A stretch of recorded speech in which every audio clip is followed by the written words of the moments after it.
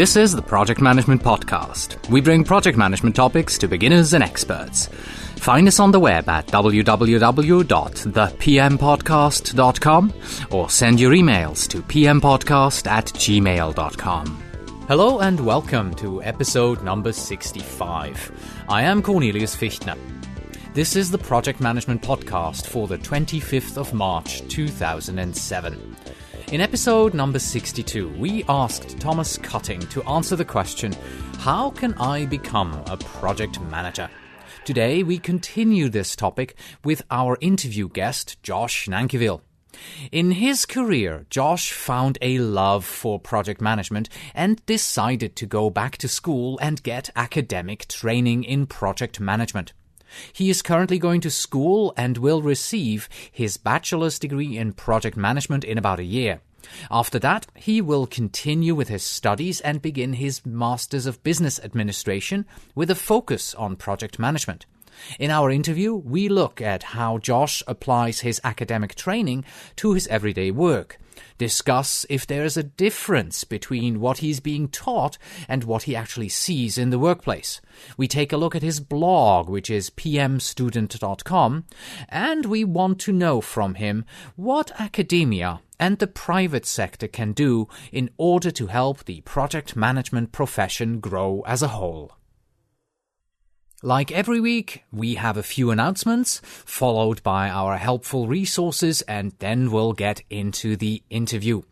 The first announcement is more of a question. How did you like the episode of Controlling Chaos last week? I enjoy Dina's Controlling Chaos podcast, and I wanted to give you an opportunity to listen in on what she does. So she and I collaborated, and we broadcasted her episode here on this channel the last weekend. Please let me know how you enjoyed that episode by going to our website, www.thepmpodcast.com, and vote. You will find a poll in the right-hand navigation, and you can vote, yes, I liked it, no, I didn't like it, or I didn't listen to it. Your feedback is important to me. And as you are visiting the website, why don't you leave a comment on today's episode? Comments are now open to registered users. Register, become part of the community, and let your voice be heard. And finally, we are still on the 2-week schedule, and you'll get new episodes every other week. Today's episode is sponsored by the Project Management Learning Center at www.projectmanagementlearningcenter.com. The PMLC is a brand new online community that is open to all of us project managers out there who think that lifelong learning is important. You can share information, network, and find jobs. One strength of the PMLC is that it has a long list of authors who regularly post new articles on the website. Michael Greer and Jerry Manis are just the tip of the iceberg. Head on over, sign up, and learn.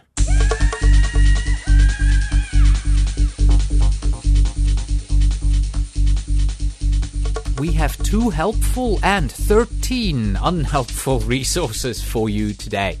Let us start out with a listener recommendation from John McClure. And John recommends the Deloitte Insights podcast. He writes, Deloitte Insights has been a very useful tool for me in understanding more than just project management issues, but understanding what my managers might be going through with their stakeholders and board members. Understanding project management has as much to do with project management as it does with overall business management, as projects usually are a supporting role in the overall business strategy. But for me, some of the most interesting Deloitte podcasts are those that have to do with future business strategies, trends, and ideas. Thank you very much, John, for this recommendation, and I would once again like to open this up to anyone out there. If you're a listener and you have a good, helpful resource, can be a podcast, can be a website, send it our way, please. And the second helpful resource is that it is that time of the year again. Yes, it's the time of the year when you can nominate your company, your project, your PMO, or even yourself for a project management related award. There are too many out there to list them all, so here is just a snapshot, a brief overview of 3 that I found by briefly surfing around the internet.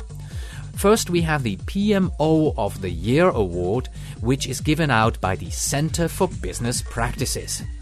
Second, we have the 2007 PMI Professional Award nominations, and they actually have 8 categories that you can nominate yourself or your company in.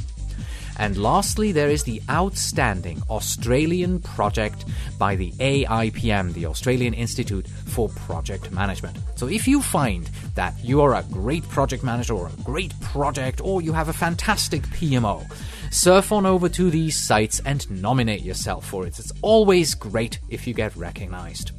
And now moving on to the unhelpful resources. Yes, there are in fact 13 of them, because we're talking today about the project management podcasts that I listen to. And I'm not going to bore you. I'm not going to tell you a little bit about all of them. I'm just going to read the list of all of the podcasts that I listen to, and then you can surf over under the PM podcasts, the other PM podcasts, in the helpful resources. You can find all of these. All right, let's move on. Here they are.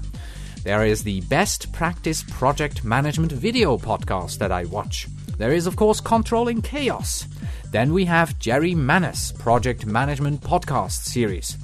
We have Manage Change by Telelogic. We have PM Lessons Learned, a new podcast on the scene. We have the PMI Information Systems SIG. We have the Primavera Energy podcast. We have the Project Management Knowledge Base. Then there is the PM Training by TSI Solutions. We have Shaw Project Management by Ernest Shaw. Then, of course, there is the very prolific PMO podcast that does about 2 to 3 episodes a week. And finally, yes, I listen to my own. There is the Project Management Podcast and the Project Management Prepcast. And you can find those 13 in my iTunes and on my iPod.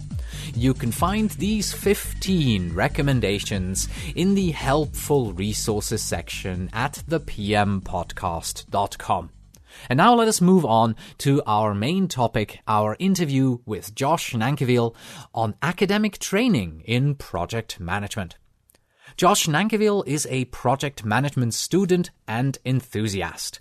He owns the website www.pmstudent.com, whose mission is professional growth through project management education and knowledge. Josh currently attends the Colorado Technical University in Sioux Falls to receive his Bachelor of Science in Project Management. Josh works in information systems, specializing in new implementations and interfacing. He manages small projects and works on large projects as a project team lead. And now enjoy the interview, but you will notice that for the first time in 65 episodes, my wife isn't here today, so I'm actually going to have to read the introduction during the intro music. The Project Management Podcasts Feature Interview. Today, with Josh Nankivil, owner and writer for www.pmstudent.com.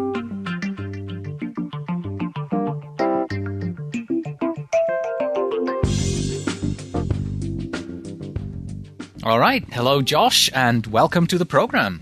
It's great to be here, Cornelius. Thanks for inviting me. It's absolutely great having you. Thank you for agreeing to being on the program. We have communicated via email quite a bit, and I also read your PM student blog. I'm subscribed to it through your RSS feed. You probably don't even know that. You put a lot of passion into your blog. Tell me, why are you so passionate about project management? Well, Cornelius, I think I've really found my calling. I've always been geared towards project management, even before I knew anything about it. I love working with people from varied backgrounds on a common goal. I like making positive changes happen where I'm working, and I love solving problems. So it's just a good fit for me. And how did you get into the field of project management? What was your career like until now? Well, I started my career in the computer industry, and I worked for Gateway Computers for about 5 years. And when the tech bubble burst, I was laid off. I had worked my way through operations and training into management at Gateway, and after I was laid off, I got hired on as the service operations manager for a company called Monet Mobile Networks. And at Monet Mobile Networks, we launched a wireless internet service that was the first of its kind in the U.S. and the second in the world. And my role there involved, besides the daily operations, was involved creating and managing many different projects, although at the time I didn't know that I was doing project management. And by the end of my term there, I had enough experience there with managing projects to know that I wanted to be a project manager when I finished, and that's really when I started looking into getting educated and really start looking at what was out there for project management. Why then did you decide to go with an academic training program in project management and not, choose all kinds of other project management training that is generally available through PMI chapters or through companies? Why did you go the academic route? Well, I love to learn, and I had wanted to go back to school for quite some time, but didn't really have a feel for exactly what I wanted to go back to school for. After at Monet, when I started finding out more about what project management was all about, I found a college in my area here locally that had a specific degree, a bachelor's degree in project management, and also a master's program as well. So it just seemed like a perfect fit for me. And at the same time that I started going to school, I also started directing my career more in line with looking for a future in project management. Right, so you're currently enrolled in the bachelor's program, is that right? That's right. I have about a year left of the bachelor's program, so I'm kind of beginning in the senior year right now, and then immediately after that I plan on going right into the MBA program. Okay, so how long was the bachelor's program for you? The bachelor's program, so far it's been about 2 years. I've been taking pretty heavy class loads. Normally it would have been a 4-year degree, but I'm probably going to finish it in about 3. Okay, and the MBA that you're going to tack on afterwards, how long is that going to take? Probably between a year and a half to 2 years, depending on how hard I go at it and how many classes I take. Okay, and I just got to ask this. What's your favorite subject then in your current BS studies? I really like, I took a class on risk management and just the different aspects of quantifying and identifying risks in a project. For some reason, that topic just really grabs me. Okay, and where in the end do you hope that the education that you get is going to take you? Well, the education has already provided me with a lot of valuable knowledge and skills, but I firmly believe that a degree alone won't take me anywhere. I think that degrees and certifications like the PMP may get you an interview, but not necessarily a job, and they may not necessarily make you better at what you do unless you really jump into them with both feet. So I don't ever want to be perceived as, there's that young hotshot MBA or something like that, when some of my peers may not have formal education in project management, that type of thing, at least not academically. I just want opportunities to learn from experienced project managers and be able to grow my skills. And overall, I hope that having an MBA in project management and having that background will help me get started on the right foot in project management. So what are you doing about getting that kind of experience that you think you need on the side as well? I know you're working at the moment and you're managing projects, but you also mentioned to me that you're not really in a full-time project manager role. Is that correct? Yeah, that is correct. In my role right now, I manage a lot of small projects that I do, just me myself, and then there are some medium-sized projects where I'll have a few different people involved. Really what I'm doing is I have the opportunity to be a project lead in some cases on larger projects and be responsible for a certain portion of the project. And then on the smaller projects that I've got, I'm just trying to take what I learn on a daily basis from school, from other project managers at work, and from, just being out there and educating myself on the internet and reading books and things. I try to apply everything that I learn in my daily work. So I run pretty much everything that I do like a small project at work. So I do formal status reports and things like that with my stakeholders. Can you give us an example of something that you learned at school and then implemented at work and that went actually successful for you? Oh, yeah, definitely. I think there was a communications class that I took for project management, and one of the key things there was just the importance of communicating often with your stakeholders and having quality communication. And based on that and some of the classwork that I've done, I developed some templates as far as status reporting for the projects that I work, and some templates as far as a communications plan that I usually create at the beginning of a fairly major project. Let's take it back to your actual studies, because I'd like to hear your ideas about how they compare to other studies. In my case, as a project manager, I'm employed for a company. I'm also a member of my local PMI chapter, and I have a lot of opportunity to get project management related training. Of course, this is not academic training. This is training that's delivered to me by companies from the private industry. Where do you see the difference in the training that you receive in your academic studies versus the training that I get in the private industry? Well, I think that both provide, very valuable information in a valuable environment. I think in a classroom environment, it's easy to check your ego and your politics at the door. There isn't as much of that going on in some of the private training and chapter PMI chapter training that I've been to. I just kind of get a sense that a lot of people are afraid to look stupid in front of their colleagues, and a classroom provides, I think, a risk-free environment where you can feel free to ask stupid questions. And for someone like me who is not familiar with any formal project management techniques, it was just great, especially in the beginning, to be able to start with the basics and not feel like I couldn't ask the basic questions. Do you feel that some of what you get is extremely theoretical and cannot be applied? I mean, you've given us the example of that you've actually been able to apply it, but are there subjects that you feel like, you know what, I will never be able to use this at work?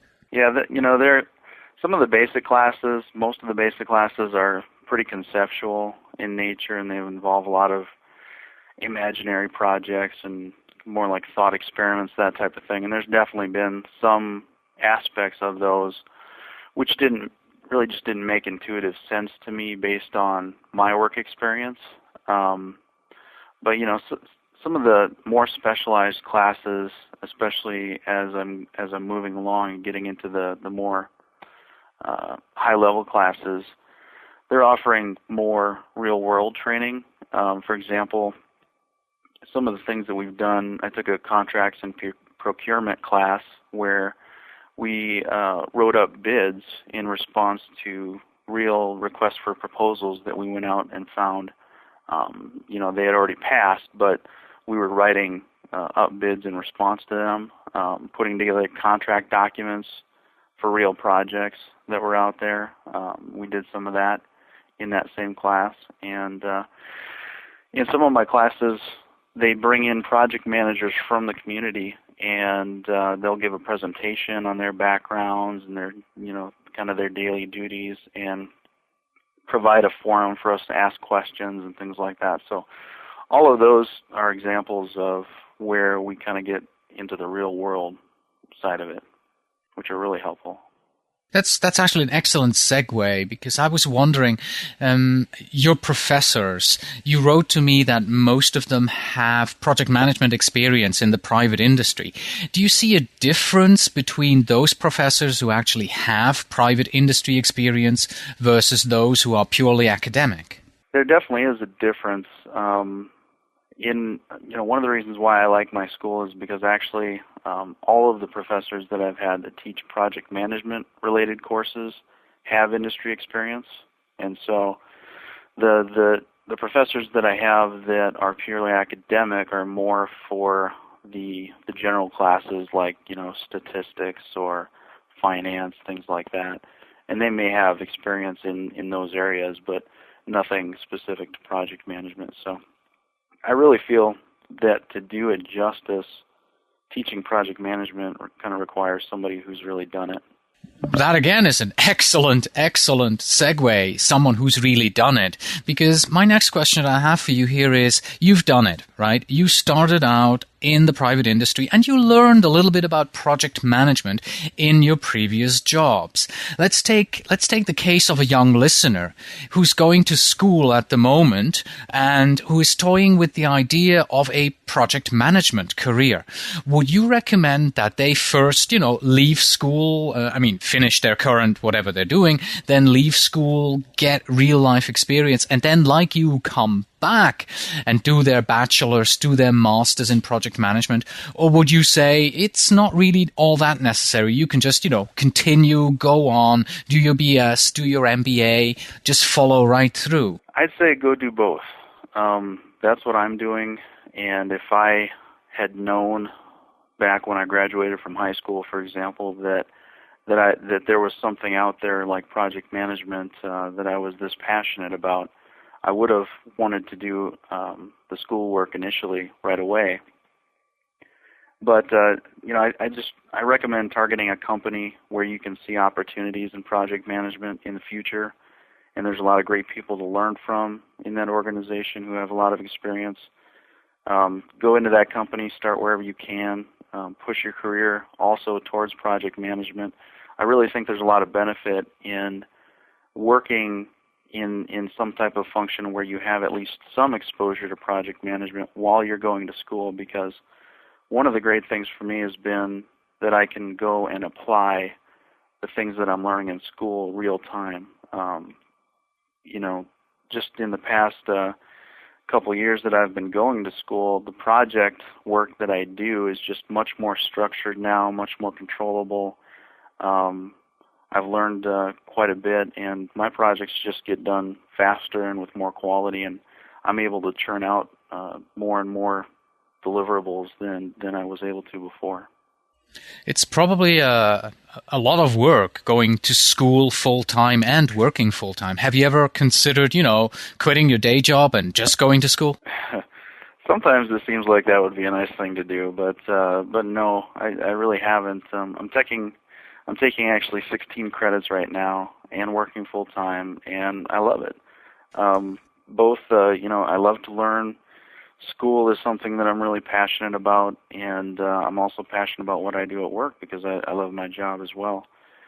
And I think it's just too important to be able to build my career at the same time as I'm going to school and start applying the things that I'm learning immediately. And at work, I seek mentors at work that are project managers, and I probably learn as much about project management from them at work as I do at school, maybe even more. This seems like an absolutely perfect fit for you. I would definitely agree with that. When I was the service operations manager at Monet, and I started looking at, I want to go back to school. What would be good? What would be a good degree program for me? When I came across this and started, researching, what is this thing called project management? Just the more that I learned about it, the more it seemed like, I'm wired for this. This is perfect. Which brings us back to the passion that you put into this. Because, and we've mentioned this at the onset of the interview, you recently launched your blog. It's called The PM Student, and it can be found at www.pmstudent.com. What's your goal with the blog? Writing blog posts and articles is an excellent way for me to flesh out the ideas that I have and educate myself. It's a good way to reinforce some of the things that I'm learning. And I wanted to create something public so that other people that want to get into project management could use me and some of my experiences as a resource. I've always found that sharing information in an open and honest way is just the best thing to do. So I figured there's no better way to develop my ideas and show everyone how naive I am than to just go ahead and start up a blog and put it out there. Do you have any activities going on outside of the blog, maybe with students from your own campus? I had begun talks with the college about setting up a project management student organization a few months ago. We run into some snags. Our school changed presidents and some things like that. So there's really nothing that I've been able to do recently with that. It may be something that I pursue later this year, but right now I've kind of kept myself occupied with the blog and trying to get some volunteer projects going for the PMI SIGs that I belong to. Yeah, I was just going to say, didn't you recently join the PMI Students of Project Management SIG? Yeah, I joined the PMI in late November, and I joined two SIGs, the Students of Project Management SIG and also the Information Systems SIG. Information Systems is the area that I work in. So yes, I belong to the Students for Project Management SIG, and actually right now I'm working with their chair to try and get a volunteer project going. I wrote up a project plan and submitted it, so it's currently out for review by the chair and the board. Okay, so it looks like you are really getting involved in the project management world, and you're doing everything you can to move your career forward in that sense. I think so. Just another thing that I didn't mention for the Information Systems SIG, I'm currently in an application process. I applied to be the Associate Director of Web Content Communications, which seems like a perfect fit because my understanding of it is that I'm basically responsible for going out and seeking project management information out on the web. And as much as I read blogs and just websites and books and everything, I think that it'll be a natural thing for me. Yeah, sounds like you can use your passion and put it to help with the SIG. Excellent. To finish this up, I'd like to hear your opinion. You have seen project management in action, and you're also seeing it from the academic side in your BS and later on in your MBA. They definitely go hand in hand. Tell me, what do you think each side, the academic side and also the private industry side, can do in order to make the profession of project management move forward as a whole? Well, I think the academic side should strive to make the lessons that they teach as realistic as possible, not just talking about concepts and testing on them, maybe doing that in the basic classes in the beginning, but really focusing on group projects that are real projects, or working on past projects and actually doing what a project manager would do in those situations. Something like that can be completed during the semester would be excellent. And then also seeking out great project managers in the community that are willing to come in and speak and share their real-world expertise with the classes. That's just something that I've found to be tremendously beneficial as a student. In the workplace, companies I think they really need to understand the value of a PMO and use them in such a way that they get the most out of them.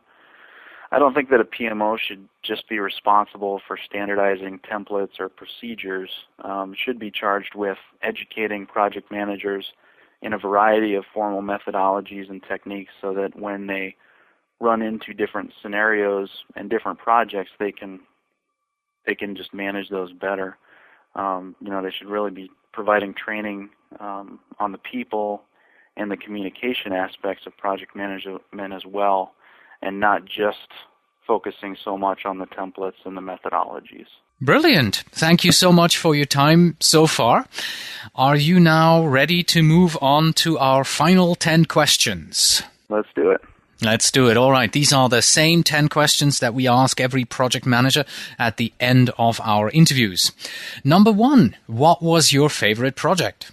I'd have to say a project that I did last year where we implemented a document imaging and workflow system at work, and I was the lead on the information systems component of that. I just learned a lot during that project, and it was fairly complex. We had over 30 distinct groups that all had their own specific subsets of requirements that I had to deal with. Number 2, what project would you like to have managed? There was a project for a web-based workflow tool where I was a developer and there was a mismatch between the sponsor and the stakeholder expectations on the project. The project failed post-implementation because there was really no buy-in from the stakeholders. I felt that my efforts during that project were wasted as a developer, and I really would have liked the opportunity with the skills that I have now to go back and manage that. Number 3, what is your favorite project management book?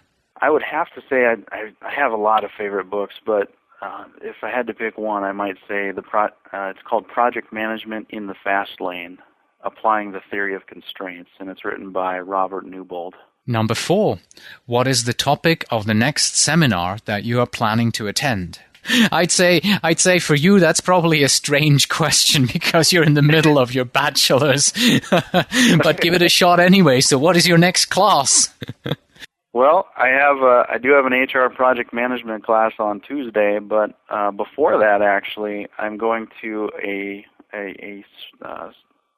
presentation on soliciting requirements that's being held here in Sioux Falls by my local PMI chapter. All right. Number 5, what is the best way to make a project fail? I would have to say don't communicate the WIFM, the what's in it for me, to the stakeholders, and don't seek to truly understand the needs you're trying to meet, and don't communicate status. So all-around communication. Number 6, how do you like to celebrate a successful project? Probably take everyone out and give heartfelt public recognition to the team as a whole, and especially the individuals who really went above and beyond on the project. Number 7, in your projects, where do you focus most of your attention in order to be successful? Maintaining a complete two-way understanding through frequent quality communication. Number 8, if you weren't a project manager, what would you like to be? That's going to be difficult for you, isn't it? Yeah, it is. The only thing I could come up with is possibly being a process improvement consultant, because process improvement is another area that I've got a lot of passion. Number 9, what is the one thing that a project manager cannot live without? People skills. And finally, number 10, the oldest question in project management. What's more important, a project manager, the project management expertise or the industry expertise? I would have to say the project management expertise, because it is transferable across most industries, and a great project manager can find and lead the people who are the industry experts. Great. Thank you so much for having been on the program today, Josh. I appreciate your time. Well, you're very welcome. It's been a pleasure. And that was our interview with Josh Nankivil on academic studies in project management. That's it for today. Thank you very much for listening. As always, you can find us on the web either at thepmpodcast.com or pmprepcast.com, or you can send your emails to pmpodcast@gmail.com. And when you write, please tell me where in the world you are writing from. And when you stop by at thepmpodcast.com, why don't you also take a look at the PM Prepcast website? In this second podcast, we teach you concepts, tools, and techniques that you need to know in order to pass the PMP exam. And finally, we have this. If you don't know how to do a task, just go ahead and start it. And immediately, 10 people who know even less than you will tell you how to do it. Until next time.